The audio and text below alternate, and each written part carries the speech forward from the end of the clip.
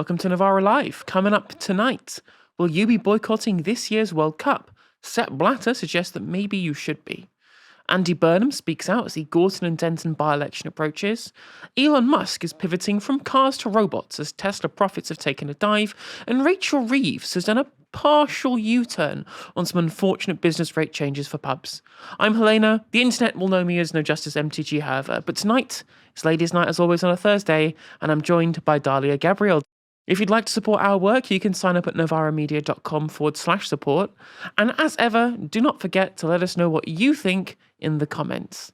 In his second term, Donald Trump has threatened allies, banned visitors from a vast swathe of countries, and set ice upon people he disagrees with. That's led countries to seek leverage they can use to fight back, and individuals to consider whether they even want to set foot in the world's most powerful nation. And the former head of FIFA has now warned fans to skip this year's World Cup. Sepp Blatter tweeted this on Monday. For the fans, there's only one piece of advice. Stay away from the USA. I think that Mark Pearth is right to question this year's World Cup. Mark Pearth is a Swiss anti-corruption lawyer who worked with FIFA on potential reforms when Blatter was president. He said this to a Swiss newspaper. What we are seeing domestically, the marginalisation of political opponents, abuses by immigration services, hardly encourages fans to go there. For fans, just one piece of advice. Avoid the United States. You'll get a better view on television anyway. Upon arrival, fans should expect that if they don't behave properly with the authorities, they will immediately sent home. If they're lucky. Calls for a boycott of the World Cup have been coming from some surprising places in recent weeks. When Trump threatened European allies with tariffs if they wouldn't give him Greenland, Piers Morgan of all people tweeted this. Maybe England, France, Spain, Germany, Portugal, Netherlands, Norway and Italy should all pause participation in the World Cup, while the various tariff negotiations continue with President Trump. 8 of the 10 favoured teams to win withdrawing might concentrate some minds. Of course, the view of Piers Morgan and FIFA's former president is not shared by its current one. Mr. President, this is your prize, this is your Peace Prize. There is also a beautiful medal for you that you can wear everywhere you want to go. I'm going to wear it right now. Okay, let me hold. Fantastic. Excellent. That was Gianni Infantino handing Donald Trump the FIFA Peace Prize, an award invented purely to flatter the president's ego. Now, on a more serious subject there, Dalia, could a boycott of the World Cup be something that everyone should be considering? Could it even work? How do you think it would potentially happen if it was something that people got on board with? We actually spoke about this a little bit last week, which is kind of quite interesting that it's come back around into the news again this week. The first thing is, I think that Sepp Blatter has balls of steel in a sense, because he hasn't exactly got the cleanest rap sheet. You know, his tenure as FIFA president was full of alleged corruption scandals, including around where the World Cup is going to be, will be hosted. And so knowing how dirty Trump is willing to go in public fights, I'm quite surprised that for a man with that kind of history, decided to pick a fight with Trump. But, so I guess kind of hats off to him. I mean, I don't know. It's sort of one corrupt man going after another. I guess you have to pick the lesser of two evils. And in this case, Sepp Blatter is the lesser of two evils. Now, obviously, a boycott of the World Cup, particularly by European teams, but also beyond that, which I'll come on to in a minute, would be hugely, hugely meaningful. I mean, at a time when political institutions, international law is completely failing to exercise leverage against a completely unboundaried rogue America, football and culture is one of the few avenues where dissent can still be applied in kind of quite meaningful ways. And the World Cup is basically the only global stage that people actually genuinely care about, that ordinary people care about. And being sidelined on that global stage would actually go quite a long way to signify a shift in the US's role on the global stage in other senses, whether it's politically, etc., especially if that sidelining comes from within Europe, because of that historic alliance between Europe and North America. And sporting events have, and particularly football, are ripe for political organisation, because they are in authoritarian regimes, for example, football matches are some of the only places where people are able to gather in public space without being excessively policed. And there are many instances with popular movements around the world using the organization of football clubs and the platform of football events, football matches, events, showing my lack of instinctive knowledge around football, where they have used it as a stage to express political dissent, where it's been difficult to do so in more conventional areas such as media and parliaments or other kind of governing bodies. And so, it's when you look at the South African, the isolation of South African apartheid regime, the boycotting of sporting events was a really key part of it. It was one of the ways in which South Africa was genuinely isolated on a global stage that then had political ramifications. But, is it really likely that this is going to that a boycott could be pulled off? Well, first of all, it would be incredibly impressive. The US really, really wants this World Cup to happen in the US. They've been trying to get the World Cup for 15 years now. They've lost their bids to Qatar, to Russia. And it's a huge feather in Trump's cap to be able to be the president, to be the person who is president when the World Cup finally comes to the US. And so it would be a real kind of knife in the side of Trump's claim to be, to have made America great again. But I think it would be a huge feat to pull off. There are lots of people, very powerful people and institutions with a lot of resources, a lot of money, who are very invested in this World Cup going ahead as planned. And it would take a lot of those people to choose a principle over their pockets. And that doesn't happen very often.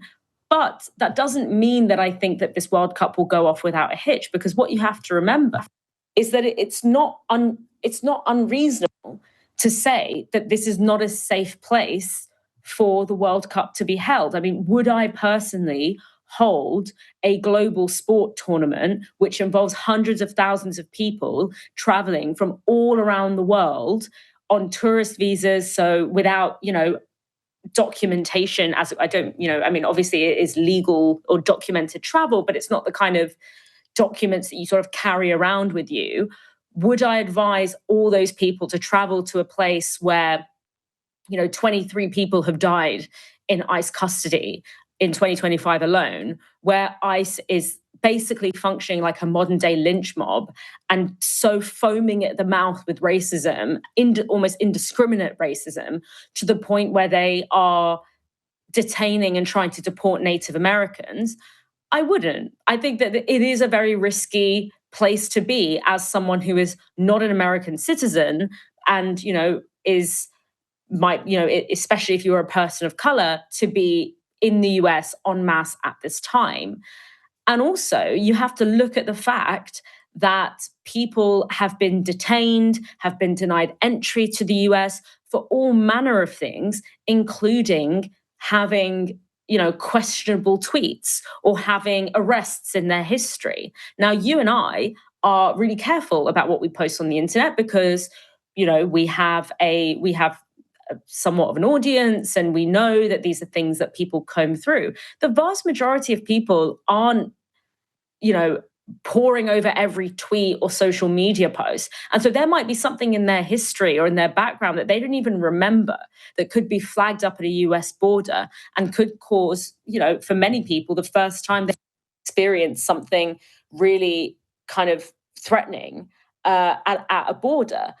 And then also you look at the fact that the three continents that Trump has aggressed the most, which is Europe, Latin America, and Africa, both with his travel bans. I mean, he has not a travel ban on Brazil, but they have temporarily shut down the visa application process for Brazil, which I don't know what the point of holding a World Cup without Brazilian fans would even be. But when you look at the antagonizing and the antagonizing both in terms of racist border politics when it comes to Africa and Latin America, and the antagonizing over Greenland with Europe, you've basically antagonized the three most important continents when it comes to football. So I think it's probably still going to go ahead because it will be very, very difficult for it not to. But that doesn't mean that it can't be a site for political speech. And it also doesn't mean that it's going to go off without a hitch, because it feels like a disaster waiting to happen to have a tournament with hundreds of thousands of people traveling from all around the world in a country that is on a warpath against anyone that even seems to be a little bit foreign. Well, that's the thing, is that the majority of countries taking part in the World Cup are from majority non-white countries. Those are people who could go to the United States and could just be pulled up by ICE at any point just based upon the way that they look, whether they're players or fans, right? Players could be caught up in this kind of stuff, which is incredibly dangerous. And these kind of large-scale sporting events are some of the only times where there's a kind of a cultural power for nations in the global south. Right? Nations in the global south have continually been successful, especially in football, but sporting tournaments more broadly. And having a country host these events that is so antagonistic towards people just because they're of an ethnicity of the global south is such a massive misstep. And you'd think Gianni Infantino would want to at least try and temper that, given that on his head be it, if something happens at this event, he will be the one to blame. He'll be the one to blame at the end of the day.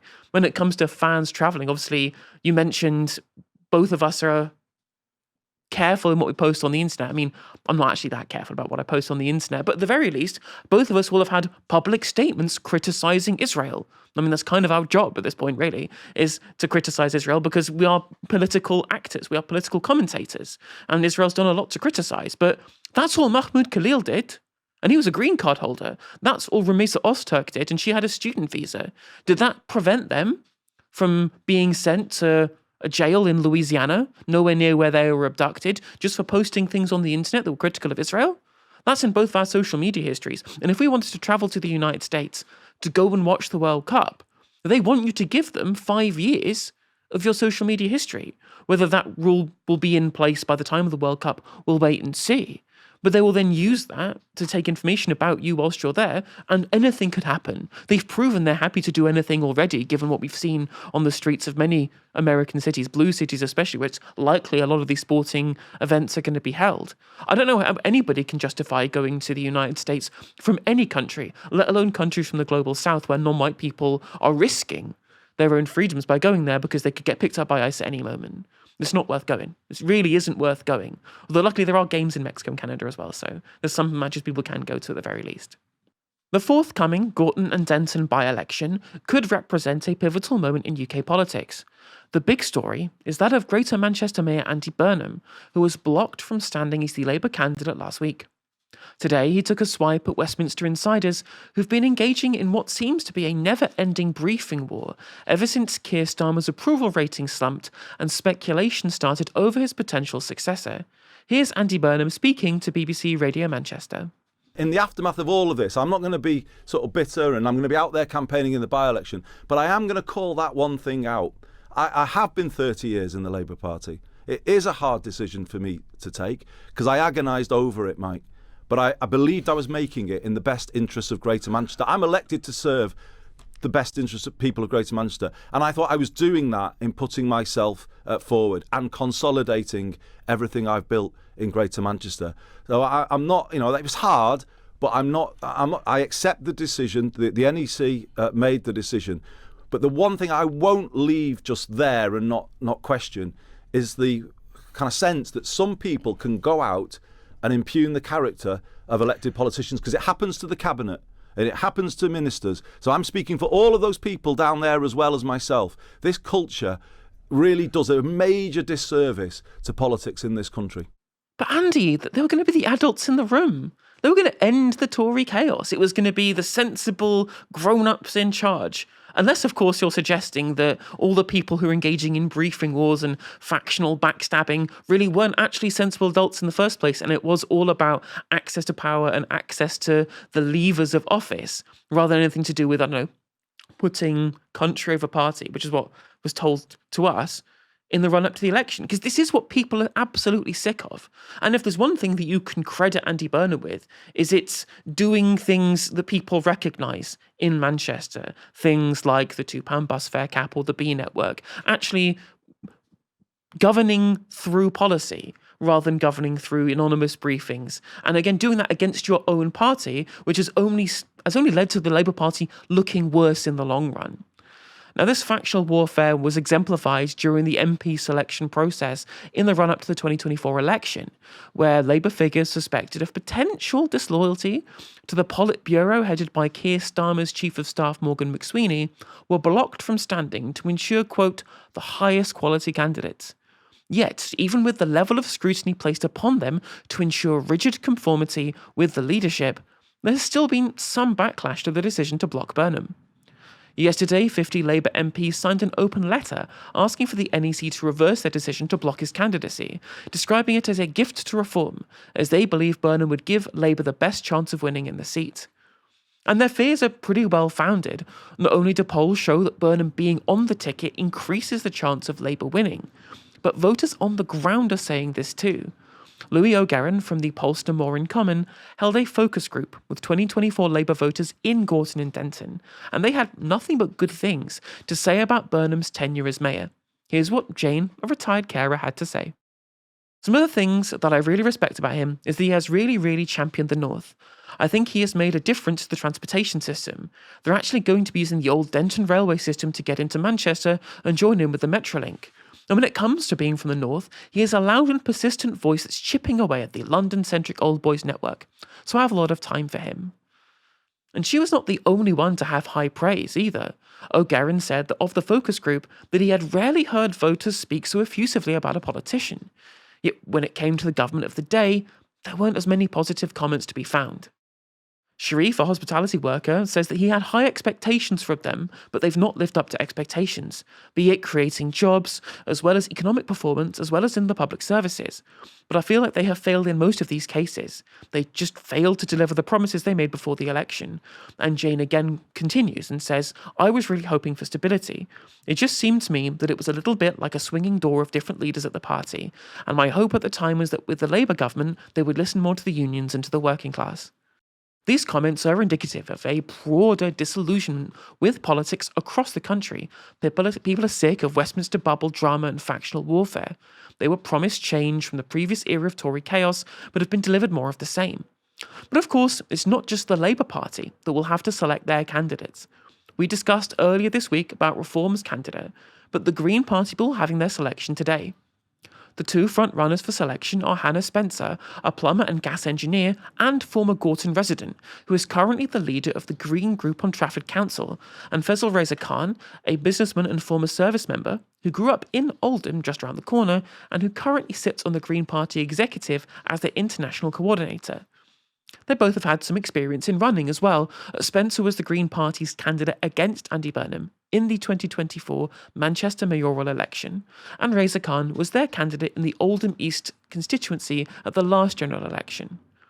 They both gave interviews recently with Imran Mullah for Middle East Eye, and both of them told pretty compelling stories of what got them into politics. Hannah Spencer says that she worked as a plumber, something that she's done since leaving school at 16. I'm actually currently training to become a plasterer too, and I lived in the constituency and still work there. So why did she join the Greens? I joined just after COVID, Spencer said, because I was so fed up of politicians deciding things that suit their interests at our expense. I was so angry at the gap between the super rich and all of the rest of us getting bigger. I saw that so few politicians are from backgrounds like mine, and I realised the only way we can change things is by having a wider range of voices in Parliament. Reza Khan told Middle East Eye his life changed during the deadly 2017 Manchester Arena bomb attack, which killed 22 people. The bomb went off a few hundred metres from my flat. I went out and saw a lot of the aftermath live in action, he said. I started ringing around and we formed a community group. I was elected as chair. Days after the attack, Reza Khan found himself addressing a crowd of thousands at a vigil he had organised in Manchester's St Anne's Square. I had 3 messages. To the terrorists, you are terrorists and you won't divide us. To the far right, we're a city united.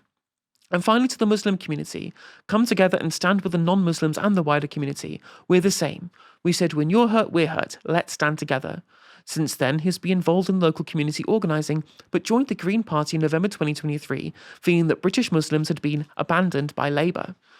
And what you see with these two people is a real kind of representation of the new kind of electoral cohort that's being built around Zach Polanski's Green Party. Now, it's not to say that these kind of people weren't already attracted to the Greens before recent times, but they are exemplifying the fact that there is the populist message, both in terms of domestic policy, in terms of representation at Westminster, in terms of economic important conversations about the gap between the rich and the poor, about the people versus the elites, that populist economic message that the Green Party has been pushing in recent times. Both of these people have come into the Green Party because they see it in other parties that now no longer represent that. Like the Labour Party doesn't represent those kind of values anymore, even though it did for a brief period under Jeremy Corbyn. So it's interesting that it's that kind of dichotomy that we're seeing in the potential selections for the Green Party for this by-election. For the Labour Party, it appears that the shortlist will be between 2 councillors, Eamon O'Brien from Bury and Angelika Stogia from Manchester. We also have the first constituency poll of the contest, and has quickly been seized on by Labour as it shows them ahead of the Green Party. It indicates that Reform would pip Labour in the seat by 36 to 33%, with the Green Party third on 21%. As you might expect, this is the kind of response it has elicited from Labour MP Lucy Powell. This is why I've been saying what I have. Only voting Labour defeats Reform. A vote for the Greens or any other party risks a Reform MP in Manchester. And here's Labour MP for Sunderland Central, Lewis Atkinson. Vote Green, get Reform. Now, I find it very interesting that their position on why you have to vote Labour in Gorton and Denton is not, look at all of the amazing things we've been doing in government. If you vote for somebody else, that might undermine the things we're already doing. If you want more of the same, continue to vote for us. And they can't say any of that because people don't like any of the things that they've been doing. So they have to go, oh no, you have to stop Reform. You've got 2 bad choices, but we're the less bad one. We can't tell you why you should vote for us, other than the fact that we're not the bad guys, which isn't really a show of strength for a government that's been in office for a year and a half, more than a year and a half. They've also been getting up to their dodgy Caerphilly bar charts again, which is hardly the sign of strength either. On the left, you can see a billboard from last year's by-election in Caerphilly, which looks eerily similar to what Labour have been posting on their socials in the last couple of days. Plaid ended up winning that comfortably, by the way, with Labour a very distant third. But this time at least, Labour have a poll to back them up. Although as it turns out, it's not a very good one. The poll was conducted by Find Out Now and only surveyed 143 people, leaving a margin of error of over 8%. And if you exclude don't knows and won't votes, it only ends up as a sample of 51. Hardly watertight data. So, who knows? It's still anyone's game at the moment, but one thing is for sure. If Labour genuinely believed that the only metric here that mattered was stopping Reform, why on earth did they block one of their most popular politicians from running? Surely that is indefensible if you think that there is some kind of existential issue in allowing Reform to win this seat. Dalia, do you have any predictions for this by-election, and what do you make of Labour's reaction so far during this campaign? I mean, when it comes to Labour's reaction, we also discussed this last week, where we were thinking, will Starmer block? The question was still whether or not Starmer would block anti-Burnham, and we both kind of agreed that it depended on how delusional and craven Starmer and his aides would be in their desperation to hold on to what is essentially power in name only now, which is what he has, because he doesn't actually have genuine power in the sense that he has the backing and conviction and that people have bought into him. He just has the power of, the kind of institutional, nominal power, let's say. And it turns out that they are willing to be very deluded and craven because, as I said last week, Burnham is probably the only high-profile Labour figure who actually has a shot of reviving this thing. He's got relative amounts of name recognition. He's tried and tested on a really important political stage, which is being the mayor of a massive city, a massive, very significant city. He has a good track record. He's one of the few politicians that actually people have direct experience of, that they speak highly of. I was, even when you were showing those quotes from the More in Common survey, and I saw what local residents were saying about how their lives have improved under Andy Burnham's mayoralty, I literally was like, that is just absolute gold dust for political comms. Like, you cannot buy that. And so the idea that Starmer would I mean, he just can't help himself, can he? He is so addicted to being intransigent, to proving himself right. I don't know to whom, but that he is willing to literally kill off the possibility of Labour being any kind of meaningful political force just because it wouldn't be him at the helm. So he's putting himself above party, he's putting himself above country, and nobody believes the excuses that are being made for why Andy Burnham has been blocked. No one believes that this is about concerns that Reform could beat Labour in the Manchester mayoral election, which is kind of the primary excuse that they're peddling. I mean, this is an election that they won with 63% of the vote last time, and it's one of the few places in the country where, people actually are very happy with how the Labour Party is working for them. Now, obviously, they're not happy necessarily with the National Labour Party, but with the local sort of Labour mayoral office, there's no reason why you couldn't run off that kind of goodwill and successfully win with a different mayoral candidate in Manchester and have Andy Burnham run as an MP, therefore able to run as a Labour Party leader. So no one believes that. Everyone sees right through it.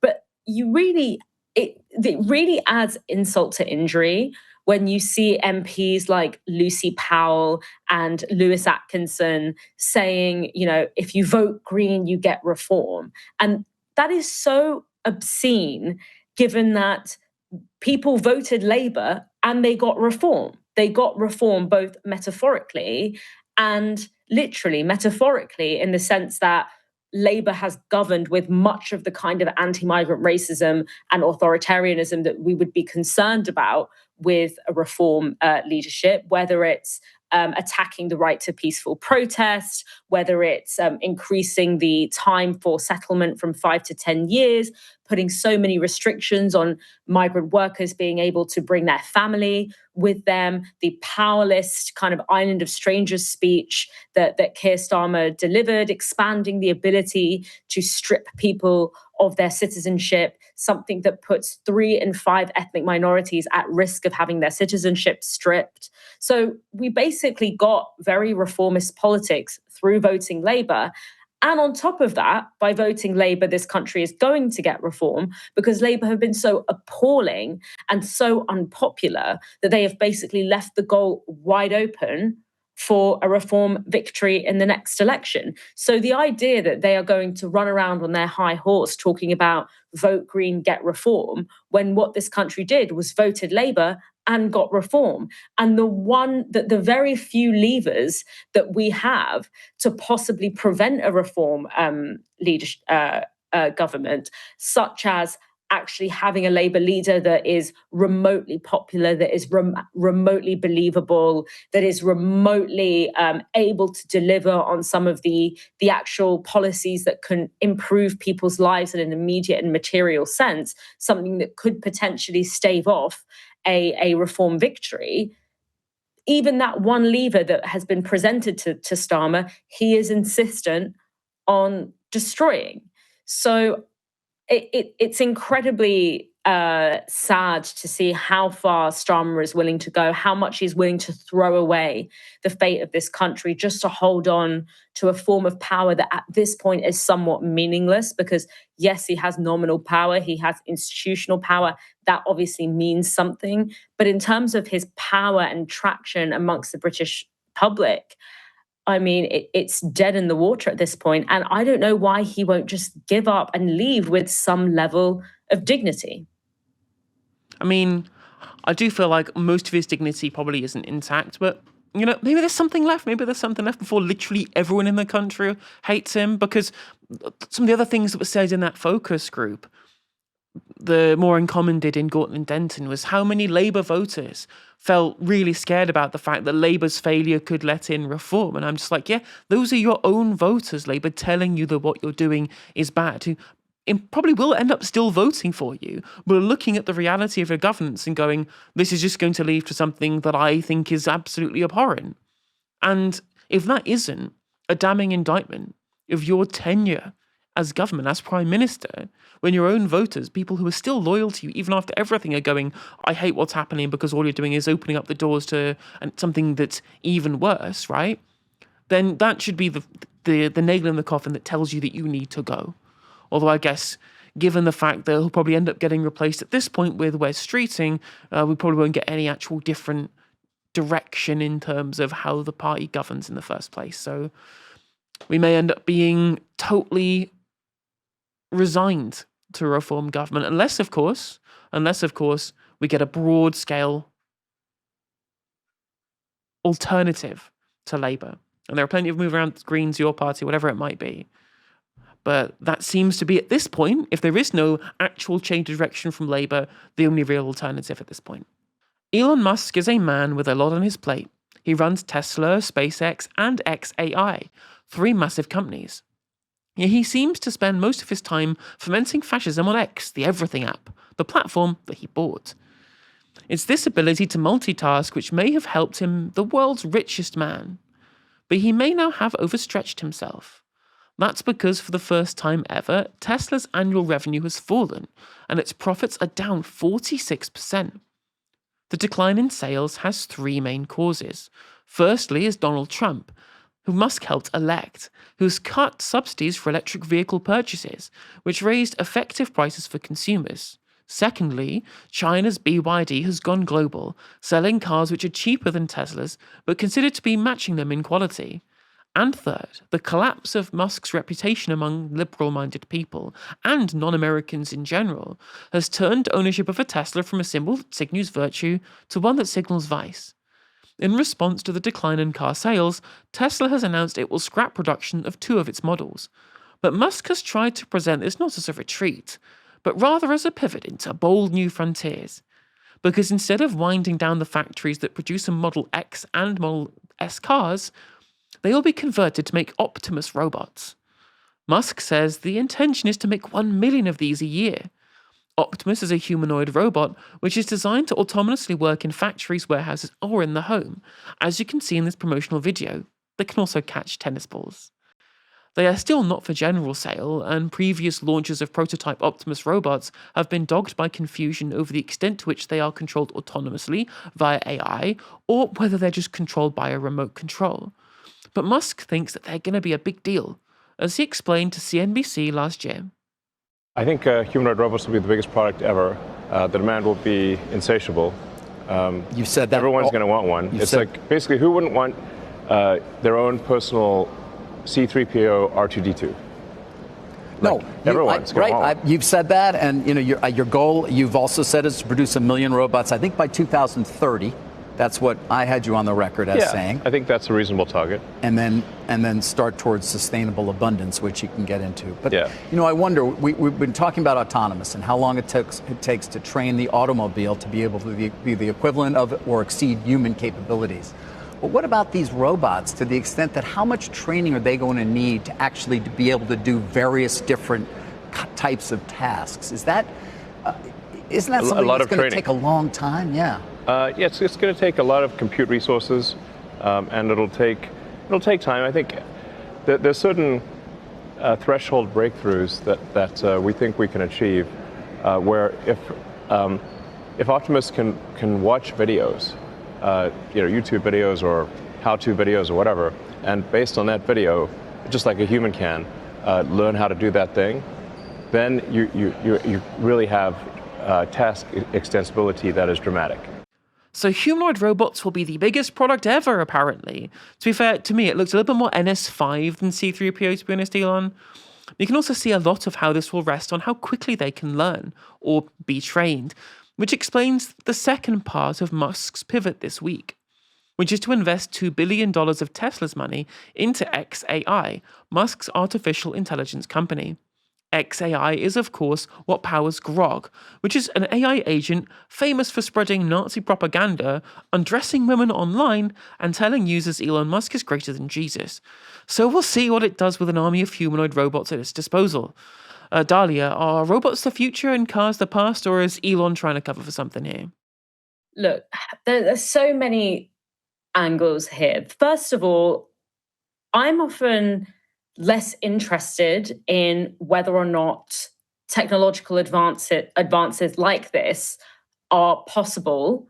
And I'm more interested in what does it tell us about the billionaire and capital owning class that they fantasize about the idea that humans can be replaced by robots. You know, he mentioned there that you could replace essentially workers with robots. And what that tells me is that for these people who currently are running factories and running companies that are powered by human workers, there is this endless frustration that they have that those humans do not behave like robots, because their ultimate fantasy is that those humans can be replaced by robots. And that's why we see that in the way that not only they organize their workplaces around, you know, if you look at, for example, these Amazon warehouses where we see the post-war labor contract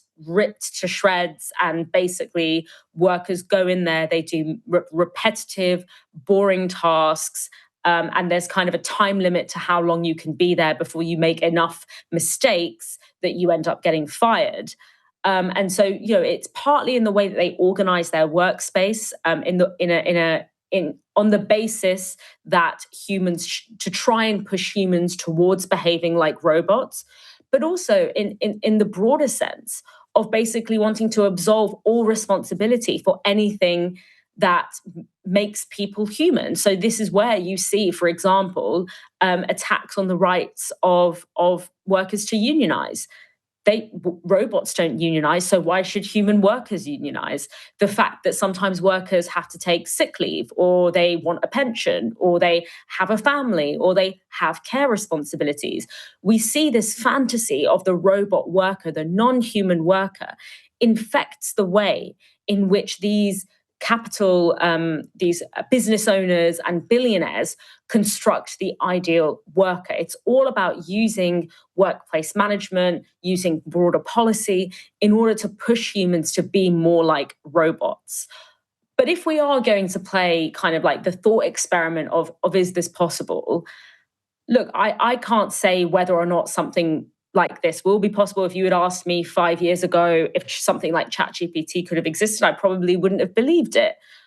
But given that they were unable to get something, to get a car to drive itself for many different reasons, one of which being that in order to have self-driving cars, you would have to basically completely revamp road infrastructure and transport infrastructure in order to be legible to the AI within the car. But if you can't even get a robot, let's say, to do one discrete task, which is drive a car, I think it's going to be a very long time before and nearby impossible to have something that is not human that can do all of the different tasks that we want humans to do, in this kind of this amorphous, endlessly unboundaried way that Elon Musk seems to be promising us. And the question is, as well, the question that we always seem to forget is, do we want that? Do we want to outsource and redistribute all of the relationships and the activity and the meaning making that we have to non-human robots? I would argue, then what's the point of us all being here? But that question of would robots be able to do it in a way that could actually improve our lives? I would argue probably not. But with these venture capitalist fueled businesses, whether it's Uber, whether it's Tesla, whether it's X, the entire thing is about this kind of projection and promise into the future. So whether or not it's possible for these humanoids or whatever to actually replace humans at a wide scale in meaningful ways, the point is that the constant promise that we're just about to get there, and the promise to especially other billionaires and millionaires who are the ones who primarily want to replace humans with robots, particularly human workers with robots, that constant promise becomes a constant excuse to gather more of our data, to gather more, to get more venture capital, because it's constantly in service of this promise that is always just over the horizon, that would be transformative for capital, because it would finally get rid of that pesky thing that is human creativity, human embodied needs, humans who fight for dignity and fight for their rights in the workplace and beyond. So yes, whether or not it's possible, I would say it might be possible, but not in a way that actually would improve our lives. And more importantly than whether or not it's possible, it's what are we going to lose in the billionaire pursuit to try and get there? That, to me, is the real question.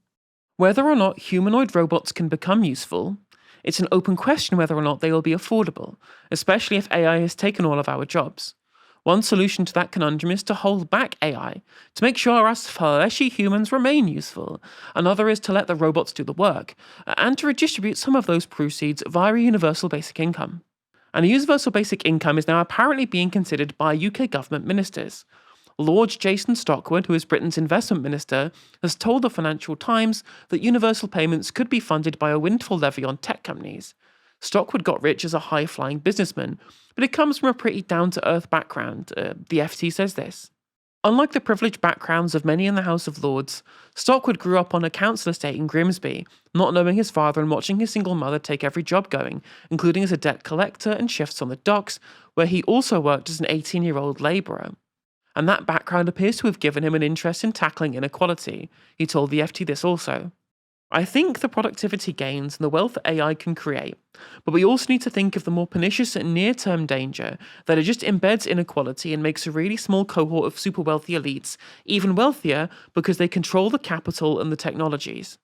That's a very good point. Whether the government will put it into practice is a very different question. And we don't have to look far for other businessmen who talk a good talk on UBI, but act very different in practice. We've updated the Tesla mission to Amazing Abundance, and this is intended to send a message of optimism about the future. I think we're most likely headed to an exciting, amazing era of abundance, and I think with the advent or with the continued growth of AI and robotics, I think we actually are headed to a future of universal high income, not universal basic income, but universal high income. I mean, there's going to be a lot of change along the way, but that is what I see as the most likely outcome. So I think that it makes sense to update Tesla's mission to reflect that goal. That was Elon Musk speaking to Tesla investors on an earnings call on Wednesday. Dalia, do you believe him? I mean, I don't believe that the man who was behind Doge, which cut millions and millions from the federal budget for everything from social security to education, has any kind of sincere belief in what was it? Sustainable abundance or whatever it was. I mean, it is laughable, because it's like, if that's what you really believe, then why would you pull the rug from under the feet of people who rely on the current model of security infrastructure, welfare infrastructure, if that's what you believe, if you believe that everyone has a right to a dignified, abundant life. And, when it comes to the question of UBI and the question of automation, I mean, the most progressive version of this promise is this idea that what we would call kind of drudgerous work or dangerous work could be taken on by these humanoid robots, and freeing people up basically to engage more in their creative outputs, or in work that they find meaningful, and in work that is, that makes you feel more human, not less human. And UBI is a really important part of that, because as it stands now, at least within that transition, work as it currently exists is likely to be transformed. But I think the problem is I don't think that the transformation of work as a result of AI is necessary, or of robotics, is going to necessarily mean the loss of jobs. I think what it's going to lead to is the enshittification of jobs. So what we're going to have is not necessarily that, if you are an accountant, for example, that all of these jobs are going to be, or there's going to be no more human accountancy jobs. It's that those accountancy jobs are going to be basically machine checking. It's going to be more boring, more isolating, and most importantly, something which so de-skilled that the humans that do it become endlessly replaceable. So what we see is this kind of Hunger Games style economy where there's still jobs remaining, but the humans that are attached to that job are not considered to be, let's say, assets that you invest in, that you want to hold on to, but rather that you cycle through and become essentially quite disposable. That to me is actually the main concern. And UBI is a way to try and mitigate some of that, because it would hopefully ensure that everyone still has a basic, decent standard of living. And when you look at pilot studies from all around the world, UBI overwhelmingly has not only improving, doesn't just improve metrics on equality, but it improves metrics on employment. It improves, bucking the idea that if people have UBI, they're not going to go out and work.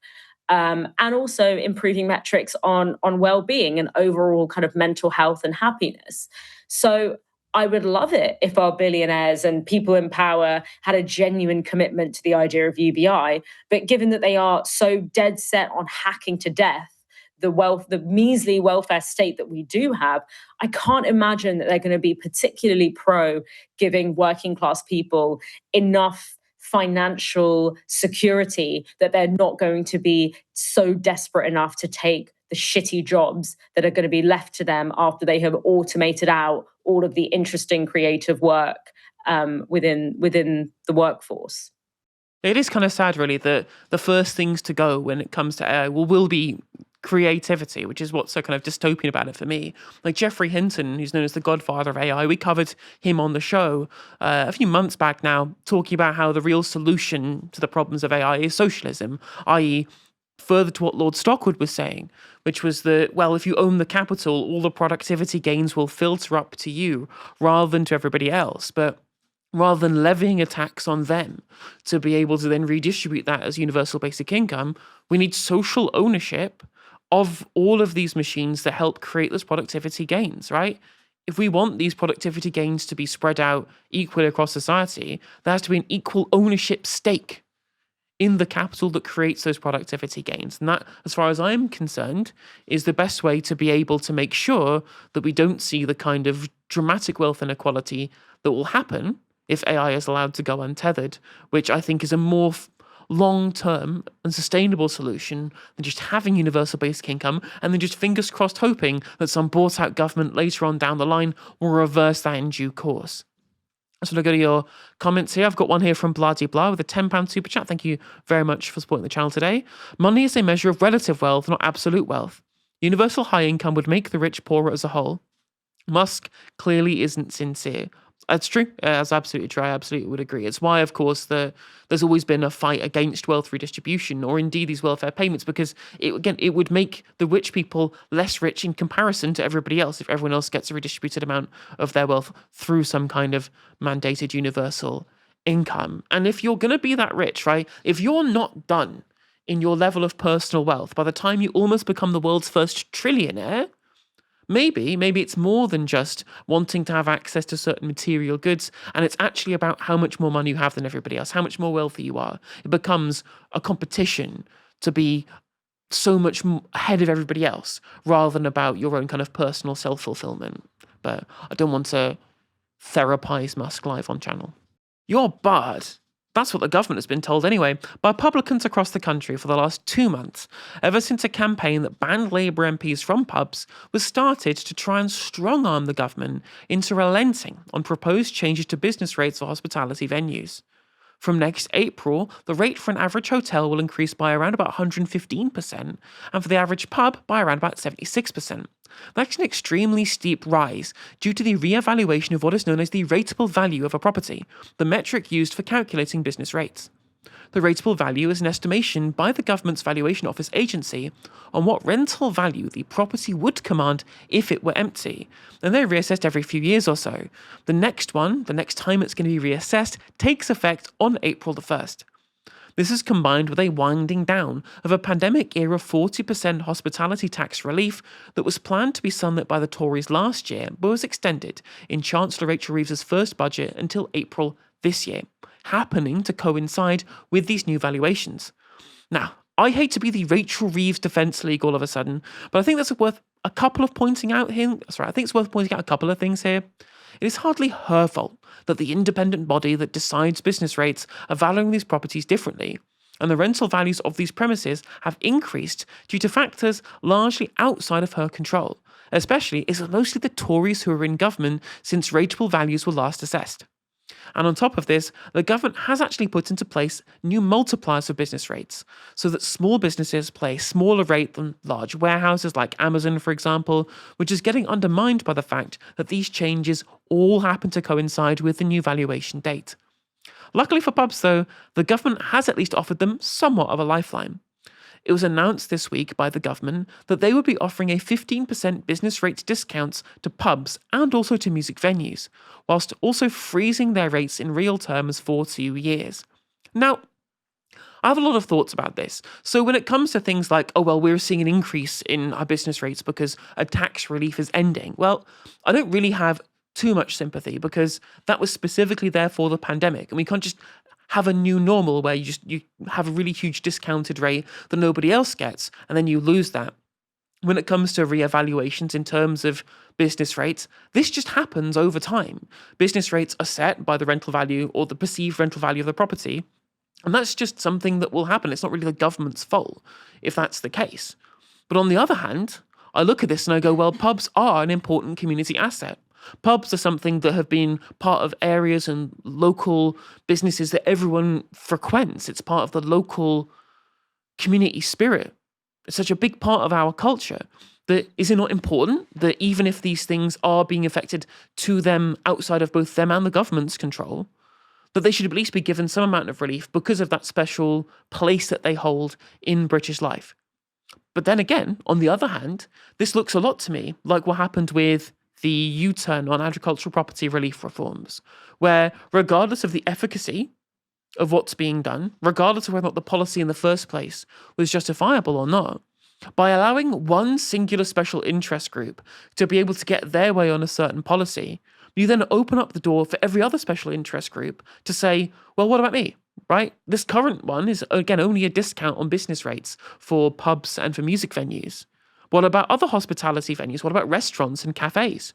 Should they not also get this extra freezing of business rates and a 15% discount that is applying for pubs and music venues? Just because pubs have this kind of cultural significance, does that make those business owners somehow more important when it comes to giving them these discounts than everybody else?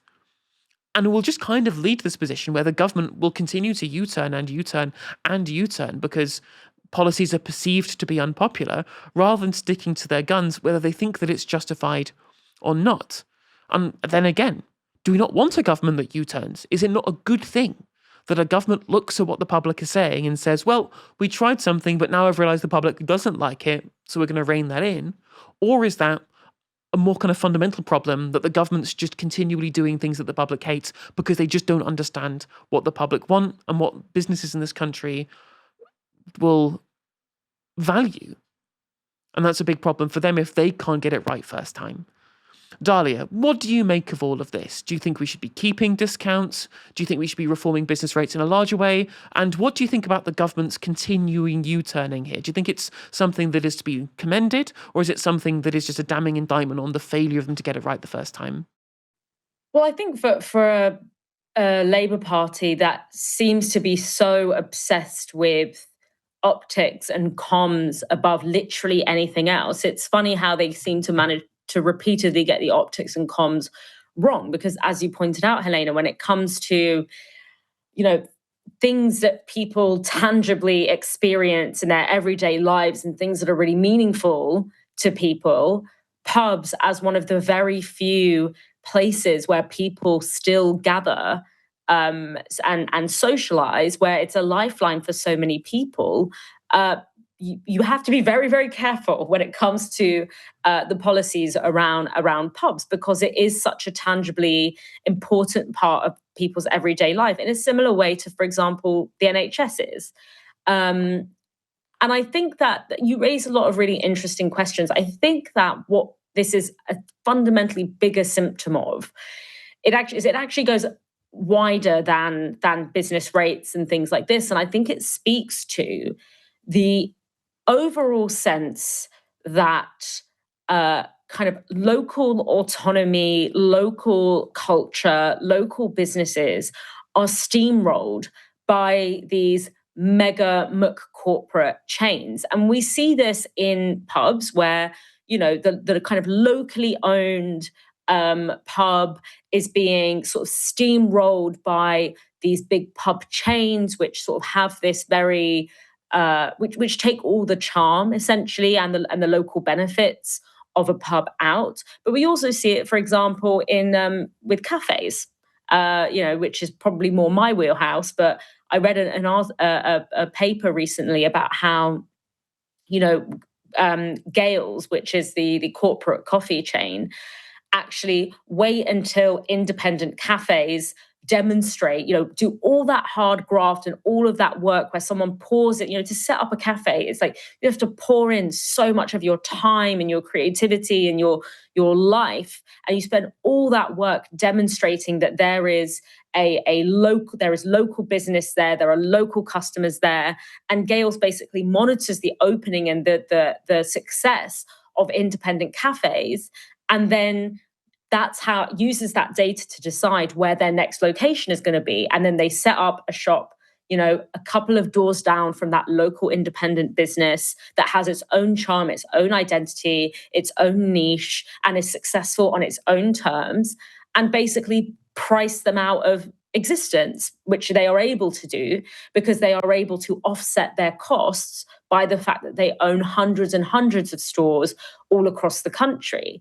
And I think it's that kind of corporatization and feeling of loss that really people feel the most strongly about. And that comes down to questions that are much bigger than individual business rates, or like whether or not we maintain the tax relief from COVID for pubs, and actually speaks to this question of urban planning and how do we decide who gets to shape our local area? How do we decide who gets to use the land and in what ways? Do we allow huge investment companies and, the BlackRocks of the world to basically buy up leaseholds and steamroll any local business out of existence? Or do we have protections for local businesses that understand the importance of local businesses to community spirit and to kind of people's sense of place?